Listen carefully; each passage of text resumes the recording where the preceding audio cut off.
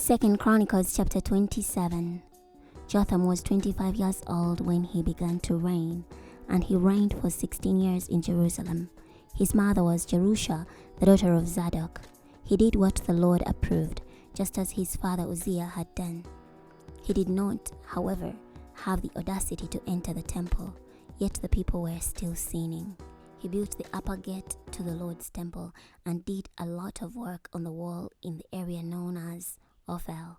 He built cities in the hill country of Judah and fortresses and towers in the forests. He launched a military campaign against the king of the Ammonites and defeated them. That year the Ammonites paid him 100 talents of silver, 10,000 cores of wheat, and 10,000 cores of barley. The Ammonites also paid this same amount of annual tribute the next 2 years. Jotham grew powerful because he was determined to please the Lord his God. The rest of the events of Jotham's reign, including all his military campaigns and his accomplishments, are recorded in the scroll of the kings of Israel and Judah. He was 25 years old when he began to reign, and he reigned for 16 years in Jerusalem.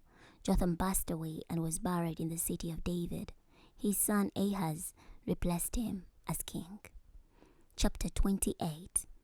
Ahaz was 20 years old when he began to reign, and he reigned for 16 years in Jerusalem.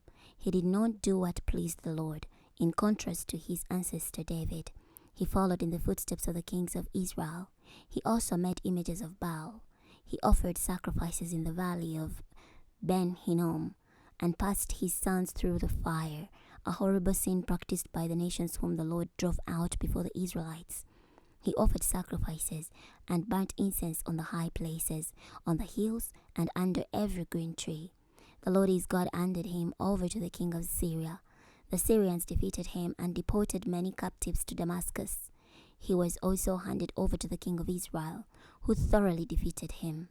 In one day, King Pekah, son of Remaliah of Israel, killed 120,000 warriors in Judah, because they had abandoned the Lord God of their ancestors. Zechri, an Ephraimite warrior, killed the king's son, Maaseiah, Azrikam, the supervisor of the palace, and Elkanah, the king's second in command. The Israelites seized from their brothers 200,000 wives, sons, and daughters. They also carried off a huge amount of plunder and took it back to Samaria.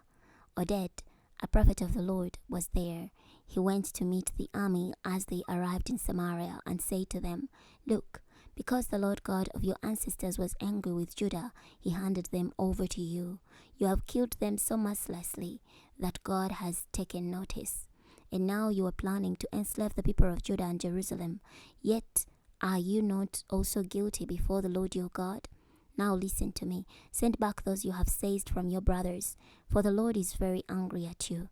So some of the Ephraimite family leaders, Azariah, son of Jochanan, Berechiah, son of Meshilemoth, Jechizikiah, son of Shallum, and Amasa, son of Haldalai, confronted those returning from the battle. They said to them, "Don't bring those captives here. Are you planning on making us even more sinful and guilty before the Lord? Our guilt is already great, and the Lord is very angry at Israel." So the soldiers released the captives and the plunder before the officials and the entire assembly. Men were assigned to take the prisoners and find clothes among the plunder for those who were naked. So they clothed them, supplied them with sandals, gave them food and drink, and provided them with oil to rub on their skin.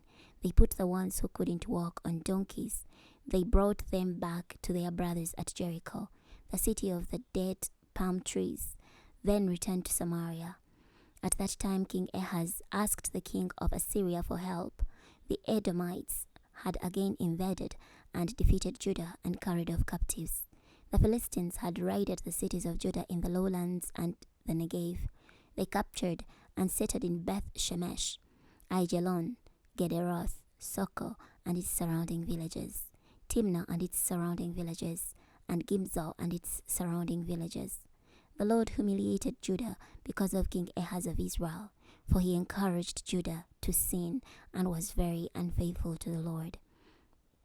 King Tiglath Tiglath-Pileser of Assyria came, but he gave him more trouble than support. Ahaz gathered riches from the Lord's temple, the royal palace, and the officials, and gave them to the king of Assyria, but that did not help. During his time of trouble, King Ahaz was even more unfaithful to the Lord. He offered sacrifices to the gods of Damascus, whom he thought had defeated him.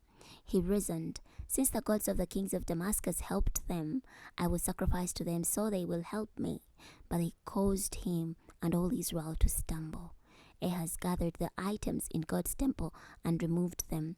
He shut the doors of the Lord's temple and erected altars on every street corner in Jerusalem. In every city throughout Judah, he set up high places to offer sacrifices to other gods. He angered the Lord God of his ancestors. The rest of the events of Ahaz's reign, including his accomplishments from start to finish, are recorded in the scroll of the kings of Judah and Israel. Ahaz passed away and was buried in the city of David. They did not bring him to the tombs of the kings of Israel. His son, Hezekiah, replaced him as king. We're going to stop here today. Next time we're going to be starting from 2 Chronicles chapter 29. I'll see you then.